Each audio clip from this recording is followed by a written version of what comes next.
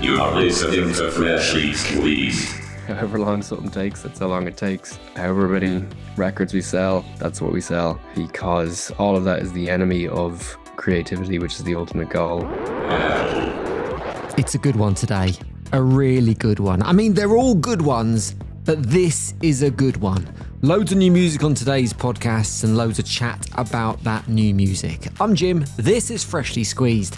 And if you want to find your next favourite band, then Freshly Squeezed is the place you can find it. Every Monday, a brand new show, and maybe that band is in the mix with this week's artists. As always, if you like what you hear, there is a simple 3-step plan. 1, hit follow so you get the new shows whenever they drop. 2, leave a review so we, and the bands we feature, can feel the love. Do that wherever you're listening. And 3, importantly, spread the word. Tell your mates who like this kind of thing. Tell the guy who you're chatting to in the smoking area at the next gig you go to. Get your favourite band involved and get them on the podcast. Together, let's build that new music community. But on with the music on this week's podcast, and in a bit we're going to be heading to Spain via Stockport to catch up with Northwest troubadour James Munro. What have you got to show for it, except the ink under your skin? You should never have let me in, but you did. I like that. He's got a good story to tell as well as James. We're also going to be checking in with Welsh noisemakers THUMPER. Night passes to day, and day into week. Weeks into months, months swallowed by years and years and years. Not caught in the mirror. And they make a good noise too, to THUMPER. But before any of that, we're chatting albums, and we're doing that with pals of the pod, Utopiates, or Dan, to be precise. How do, Dan? Yeah, I'm good, man. So, album number 2, it's a big one. Was the old maxim true here? Did it feel like this was a more difficult record to make than the first one? 100%, to be honest, which sounds a little bit defeatist. But yeah, it was like that, yeah. What were the challenges that you faced? Was it just the case of it being the time that you have to make your debut compared to the time you have to make your follow-up puts extra pressure on? Well, I think it's a little bit. We were victims of our early success in a way. So Utopiates was started actually in lockdown. Became a band from a lot of demos I made during lockdown because I was on furlough for so long. Came out of lockdown 2021 and we got signed after like 4 or 5 tunes doing really well at the start. Like anything, that was fresh, exciting. We had a lot of material already made. We were a 5-piece then. We were given the money because we were signed basically to go and make this album. We were already halfway through it as well. So it felt like an absolute breeze and it felt like it was all going one way and, you know, nothing was going to stop us. Didn't quite pan out exactly how we'd hoped. Life comes at you, a couple of years roll by, you're working hard in your day jobs, unfortunately. It's not very rock and roll, but we had a couple of lineup changes. Luke and Ed stepped aside. So we had to sort of struggle to get these songs written, get them made, change the lineup. We only signed a 1-album deal, so it was a little bit like, are we going to wait around for another deal, or are we going to crack on and make tunes and make it into an album as well? So it was a little bit stop-start this time, whereas it felt like everything fit into place a lot quicker than the first time around. But I think that struggle, in some ways, it made this album what it is, and it's a lot more stripped back, and the limitations on time made us make decisions about what certain tunes would be. And I think we're hitting on a better sound. You mentioned you had the 1-album deal with V2, I think it was, for the debut album, which you don't have in place this time round. Obviously, there are negatives around that. You don't get the backing, you probably don't get the amount of money you get to spend in studios and all that kind of thing. But at the same time, is there a kind of freedom that comes with that you can march to your own beat, you can do what you want to do? There is, and I'm glad you asked that and you understand that. We certainly feel more of a freedom to do what we want with each song. It's not so much a creative freedom, but there's no rules now. The game's completely changed. You can release music how you want. And I don't want to sit here and sort of slag certain people off from V2. It was nothing like that.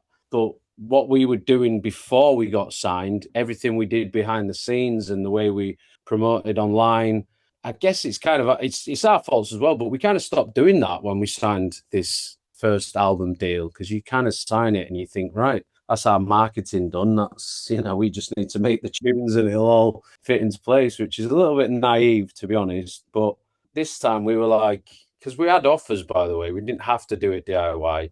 But unless you're signing a deal where you're getting hundreds of thousands of pounds pumped into your marketing and playlist pitching and your socials and all of that, it's really not always worth it. Yeah. But now we're sort of up and running. We make money from the shows. We put that back into recording. So we've got the freedom to do what we want with it now, and see where it goes and see where it takes us. And I'm happy it's in our control again. Last time we spoke, it was around the release of Montezuma in August-ish, I think it was. And one of the things you mentioned in that chat was that your producer Andy had previously mentioned to you that none of your songs sound the same. Has that been a challenge in terms of making an album where, I guess, an album doesn't have to be, but the expectations are that it should kind of hang together as one thing, whereas you've got all these different things going on? Yeah, no, that's a really good question. And for us, it is not a struggle, because I always want to be, I'm proud of the Utopiates because we have tried different sounds so quickly, really. We've only been around, like I said, since we only launched in 2021. It's no time at all, really, but I think you can look to songs and go, that's quite new wave, that's quite baggy. Others sound a bit more sort of indie. But the first album, definitely, I feel like it was maybe too much of a mixed bag. And I saw the beauty out of that, but you're totally right. Andy did say at some point, like, your songs sound like totally different. So he was trying to get it into one thing. And I'm there mentioning 20 different influences within the one thing. So it is a mixed bag. Whereas this one, we were like, right, what do we want to zone in on? And we talked about our own songs and our own album, like the first album, tunes like Devolution, Illuminize, Simple Minds. They've got that Talking Heads LCD sound system kind of nod to it. We like to mix electronic sounds with the funkier sounds, and we're like, yeah, we want to be that, basically. And we made decisions like, let's not have any guitar solos on this one, which is quite bold when you're still a small band and only on your second album. And Josh is an unbelievable guitarist. He really is. And a lot of the first album was a lot of John Squire-esque solos and stuff like that. Whereas this one, we were like, it'd be a cooler thing to be like, yeah, we can do that, but we're not gonna. We're gonna strip it right back and get more into this sort of abrasive LCD kind of sound on a lot of. Hopefully that comes through. Well, I think there is definitely a thread that runs through it. Loads of songs have kind of a different identity, but you can hear the relationship between each one. But I think there are those moments that feel different as well. If you take a song like Lungs, for example, sounds almost U2-ish, I think. And you say exactly what you wanna say, and you move in ways I can only dream. And then you've got songs like I Don't Know What to Say is quite kind of laid back. I don't know what to say to make you feel right. No, I don't know what to say to make it all right. And then the song I want to talk about, Lost the Groove, which is the first track on the album, the opening tune. I've lost my groove and I ain't got time. With all these things running through my mind, guess that's the way this story's told. But I can't let go. Lost my groove. It's big. Yeah. It's aggressive. Like, it's almost spoken word. It feels like a really bold choice to come out of the blocks with. Yeah, thanks. I made that call because of that, really. I guess I wanted to set down a marker and say, actually, this is what we can do as well, and this is what we're going to be now. And it's definitely spoken word, by the way. I'm speaking in my native Yorkshire accent in that, and I guess that was me looking at all my post-punk counterparts. Part of me was thinking that's quite the done thing right now. You hear it everywhere on Radio 6, and it actually pisses me off. So I thought to myself, you know what, I'm going to show... This is sounding a bit arrogant here, but it's not the hardest thing in the world to do, and I can do it too, you know? So I didn't want to dwell on it on too many songs, but he was laying down a marker, is what I'm trying to say. And some of the lyrical content I felt set up the album well on that one. I like it when we do chats around albums because the single stuff, we've got new songs out, it's great anyway. But when there's an album out, you kind of like, all bets are off. There's a whole load of tunes to go out. So I'm going to let you pick, Dan. What do you fancy playing on Freshly Squeezed from the new album? It's got to be Let's Make This Happen for me. It's the title track, and it's the song that most represents this newer sort of sound. Less guitar, I don't think, no, there isn't a single guitar on it, no guitar solos. It's dancey, it's electronic. I'm really, really proud of it. So yeah, Let's Make This Happen. Title track off the album, we'll get it on Freshly Squeezed. Dan, good luck with the release. Nice one for joining me. Mate, you're a legend. Thank you very much for this, I appreciate it.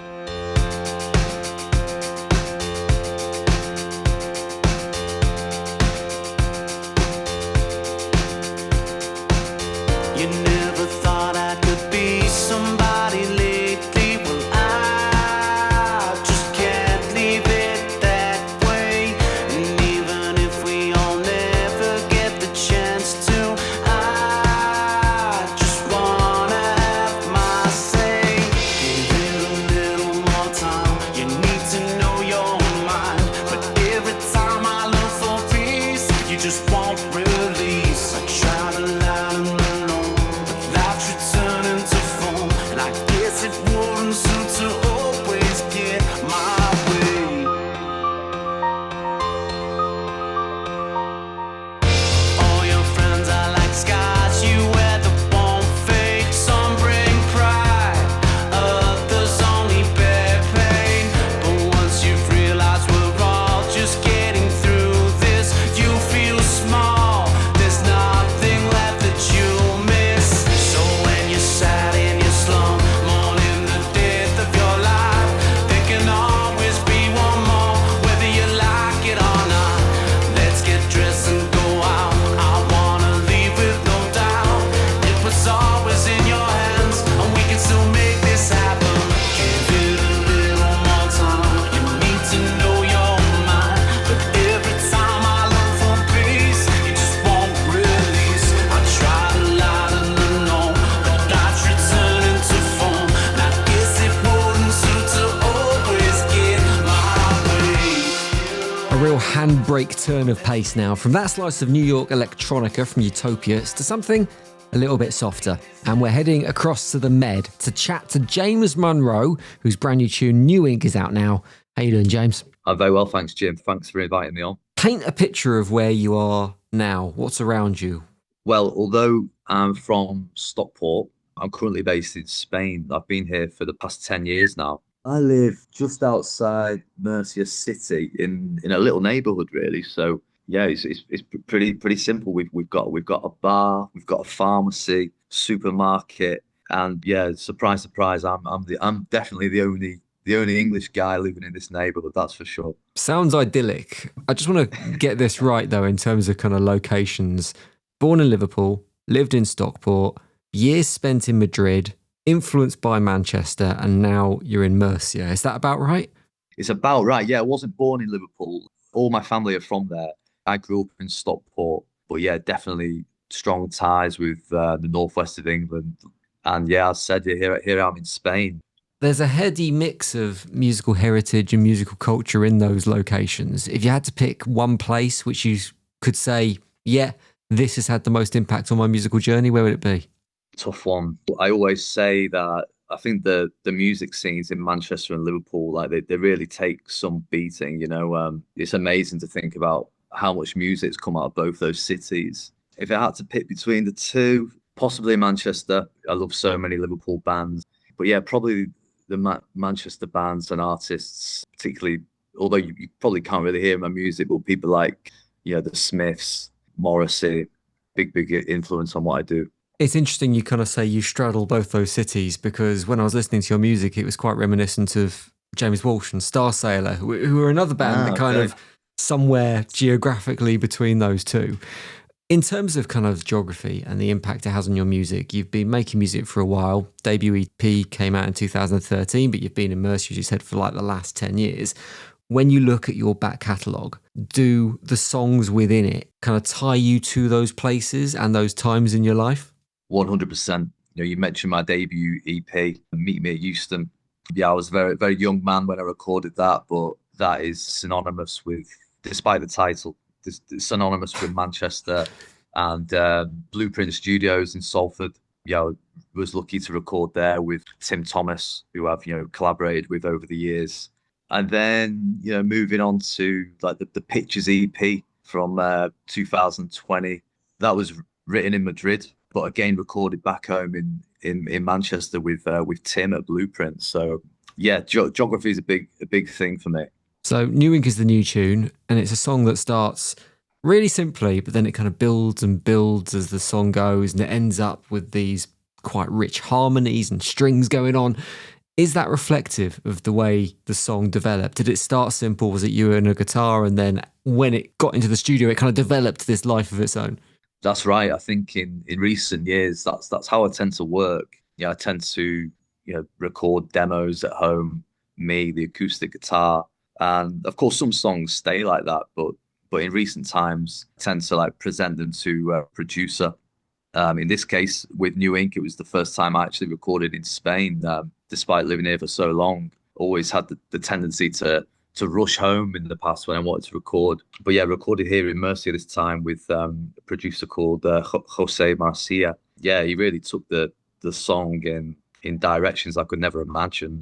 As you mentioned, towards the end of the song, with the strings and the harmonies, never imagined we'd go that way, but we did. And yeah, I'm really, really thrilled with the results. How does your music translate locally? Because I assume you still play a bit out in Spain. You're doing kind of nights and stuff, but it is, like I say, it reminds me a little bit of Starset. It's very kind of Northwest indie. It's certainly UK indie. How does it work when you're A, playing it live, or B, working with a local producer who maybe is used to working in slightly different musical genres? Absolutely, yeah, that's two fair points. I think playing live, yeah, I guess it's true that there will always be a language barrier to some extent if you're singing in English. Some things just don't land the same. But I think I've lived in Spain for a long time now, and the audiences have always been great. And there's a lot of people in Spain who are really obsessed with British music. So if someone like me turns up, speaking the way I do, looking the way I do, people are interested in you and keen to listen. In terms of the studio, yeah, I think that was a new experience for Jose, and for me too. It was, the first time I'd ever worked in a second language. It's one thing socializing in Spanish, but it's another thing trying to make a record, right, where there's consequences if things aren't communicated correctly. So that was a new experience for me, new experience for Jose, and yeah, really happy with the new song, and I'll definitely be back in the studio again in the coming months, I think. The song itself draws on the imagery of tattoos as a metaphor for kind of impressions and marks that people make on each other. Have you got any tattoos yourself, James? No, I don't. I really appreciate tattoos. I've come close to getting tattoos on occasion, but no, never went for it. But yeah, as you said, the song definitely plays with that topic, and who knows, maybe my time will come. Maybe I'll finally get inked at some point in the future. I was going to say, if you're going to get one, what's it going to be? Maybe if the song gets to a certain place or releases a certain amount of kind of streams, that's going to be the thing that tips you over the edge. You go, right, the artwork's going somewhere. Yeah, unfortunately, the artwork is my face. So get your face in your face. Sure, that's perfect. Quite literally two-faced. Yeah, if I were to get a tattoo, it'd probably be definitely be something music related. Lyrics are really important to me, so yeah, I'm sure if I were to get a tattoo, it'd probably be some lyrics that have resonated with me all my life. Well, maybe New Ink will be the catalyst to make that happen. It's a belting song. Lovely to meet you. Great to talk to you, and thanks for coming on Freshly Squeezed. Thanks a lot, Jim. Did it hurt just a bit, like the tattoo on your ribs? Did you kind of like the pain? Well, let's do it all over again. I'll be the needle on your rib cage. I know the world is different now, but you're still spinning round. You're the music playing in town. You're the music playing in town. What have you got to show for it, except the ink under your skin? You should never have let me in, but you did. But you did.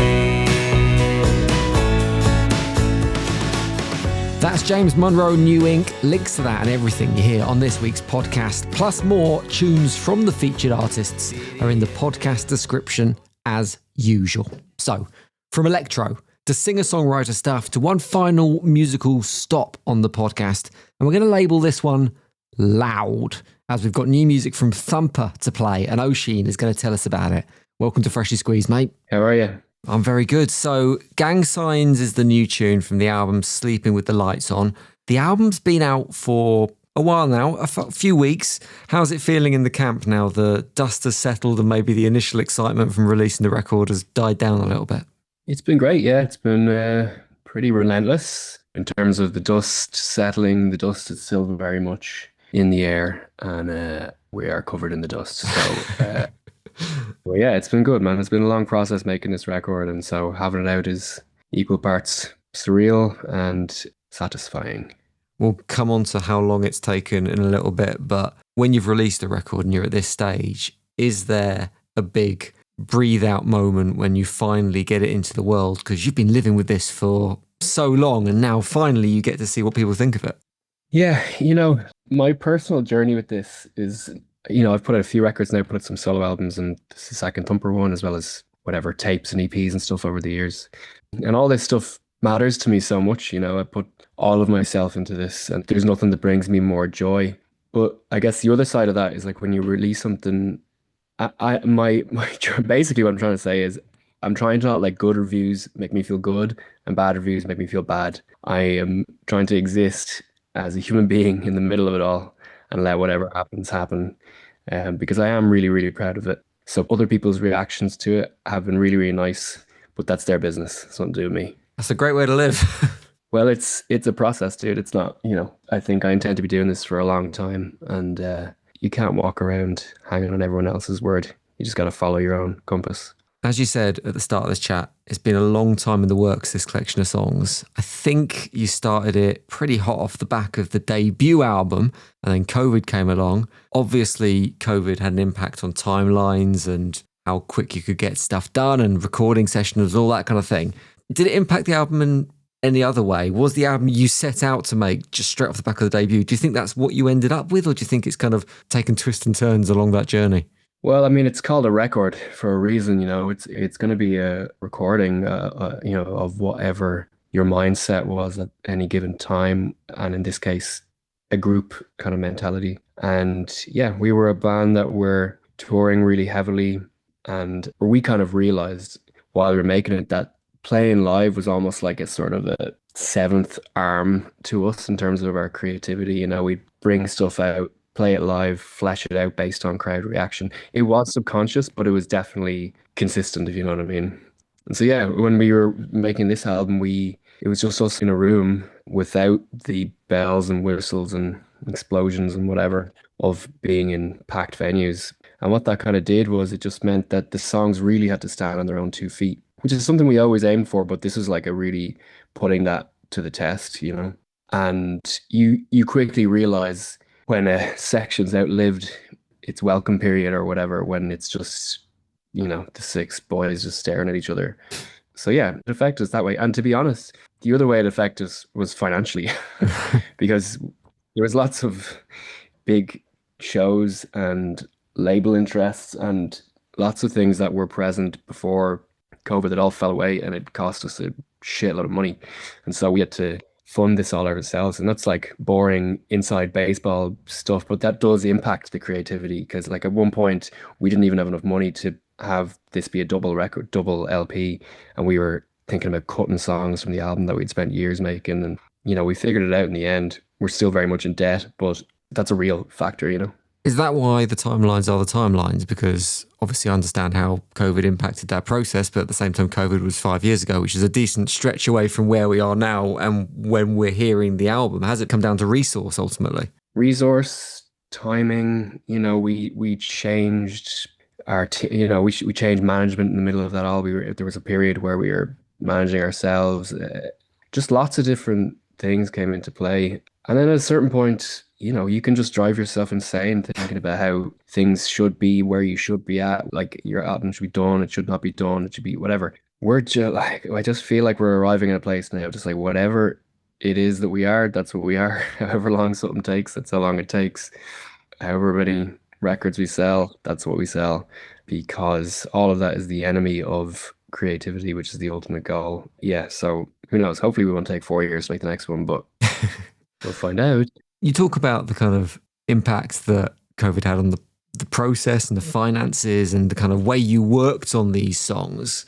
What impact has it had on the sound of the songs in that case? Because I assume if you're not vibing off the crowd as much and they're not kind of helping you make those editorial decisions, the final product must feel fundamentally different.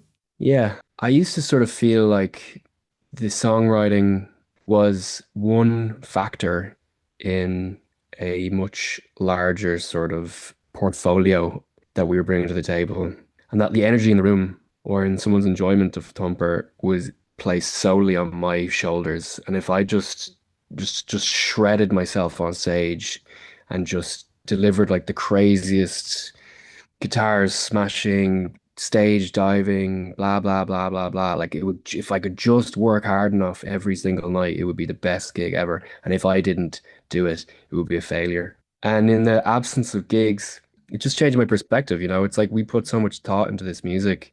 I want to elicit that reaction from a room just with the song. And if we arrive at a chaotic place, as we often do, that's great. But also just enjoying the process of writing a song, performing it, seeing people sing along, that has to be enough too, because that's how I consume music. When I go to other people's shows, I don't like rip my shirt off and go feral. I actually want to listen to what's happening. So yeah, I don't know. It's just been a process of I'm just learning to enjoy singing. Like a lot of this stuff I was very self-conscious about, or am very self-conscious about, and just being like, I'm just gonna sing this very straight and not scream it and bash the microphone over my head or whatever. Just slightly less dancing monkey and slightly more singing human. We're going to play Gang Signs off the album, which is the track accompanying the album release. How do you choose what tune that is going to be? I always assume, I don't even know if this is the case, but I assume that the first single out the blocks from an album is always the band's favourite or the label's favourite, if that's a consideration. But how do you pick the one that goes out with the LP? Is it the most representative of the collection of work? It's a good question, and it's one that we had many heated discussions over. This song is funny because, as you say, it's not really a single. It's more like just when we released the album, we were like, and here's one to focus on, whereas everything else was music videos and whatever. And surprisingly enough, this is getting like a lot of radio play, and it's shot up to our most listened track on streamers and stuff. So it's a mystery. I don't know. You just do it. You just do what feels right, man. Like all of these songs are our babies, so it could have been any of them. And yeah, you just do what feels right and move on to something that seems like a more important decision to be made. Oisin, lovely to speak to you. Really enjoying the new album. I hope it's not another 5-6 years before we get the next record, but we can live with this one for the time being. Sleeping with the Lights On is out now, and we're going to play Gang Signs on Freshly Squeezed. Cheers for coming on. Right, nice one, man. Chat to you soon.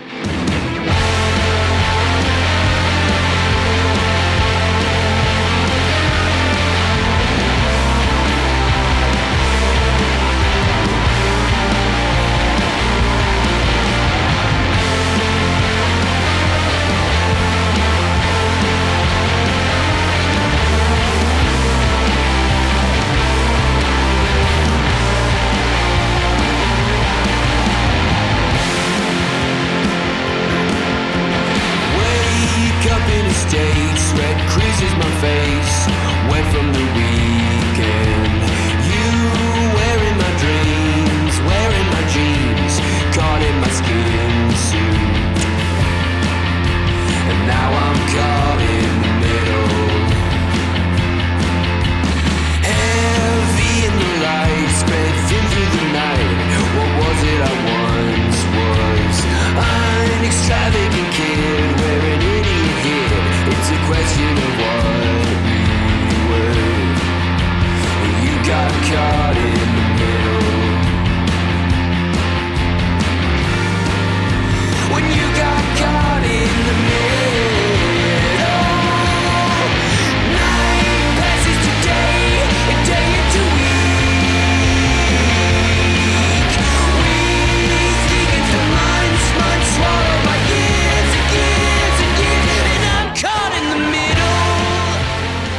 big finish on today's Freshly Squeezed New Music podcast. See, I told you it was a good one. That was Thumper. You've heard from James Munro. You've heard from Utopiates. And you can find more from all the featured artists in the podcast description. Links there to their various Spotify pages.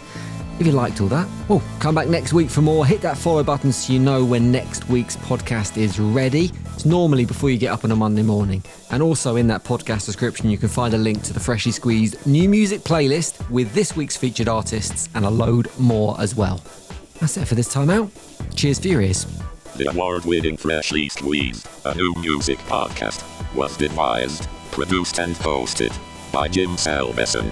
Sound design and additional production by Ant McKinley. Theme music, Blue Blazer, is written and produced by Spin Class.